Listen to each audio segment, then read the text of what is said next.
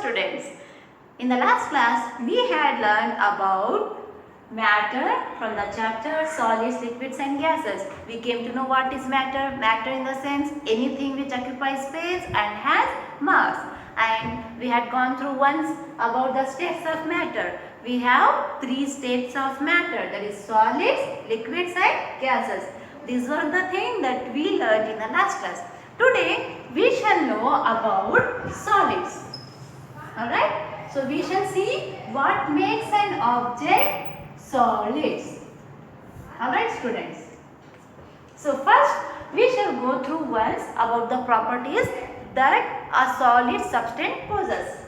So first, in solids the particles are packed very closely. Second, solid particles do not move around and easily change their shape. Right? Third point, solids have fixed size, shape and volume. And the fourth point, solids do not flow since they have a fixed shape. So, these are the properties which makes a solid, an object a solid. Now, we shall go through these points one by one. Let us see the first point. In solids, the particles are packed very closely. So, any object which is solid. So, solid in the sense hard, very hard, right? For example, even this chalk, it's a solid substances, right? So, in solids, the particles are packed very closely. So, if this chalk, if it is hard, then what makes it hard? The arrangement of the particles in this chalk piece. So, the particles, see, these particles will be packed very close to each other, and hence because of that closeness, this object is very hard. That means it is solid. So, to make an object solid, the particles should be packed very close to each other. Now, let us see the second point. Solid particles do not move around and easily change their shape, isn't it? See, the particles which in this chalk piece, they will not move on their own easily. Like how water can flow. Will the particles of this chalk piece, can they move? No, they do not move. And they do not, and because of that, they even can't change their shape on their own. Unless I apply a force on this object, it will not change its shape on its own. See, if I apply force, then only this chalk piece, it will change its shape. Right? Before that, the chalk piece was long enough. Now the chalk piece has got shortened. And how it has happened? By applying the force only, right? So without applying the force, we cannot change the shape of any solid. Even a duster, if I want to change this shape of this duster, I need to apply force and I need to take the help of a knife, I need to cut it, right? And to cut that, I need to apply force. So without applying force, I can't change the shape of this duster too.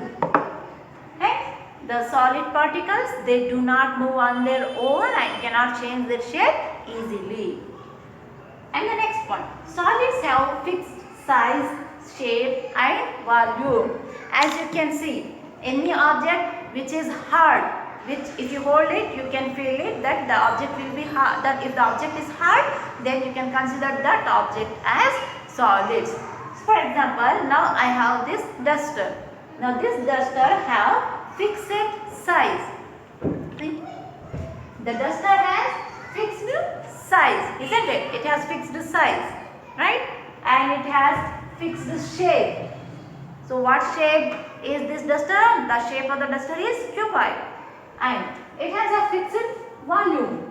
What is meant by volume? Volume in the sense the space occupied by an object. See, if I want to place this duster at any place, it needs its particular space. See, if I want to place this duster in the smallest hole, can it go? Can I place it? No, because this solid has its own space. So if I want to place this duster, it needs enough space to place it, right? Hence, each and every solid object, they will possess fixed size, they will have fixed shape, and they will have fixed volume, right? And the next point, solids do not flow since they have a fixed shape.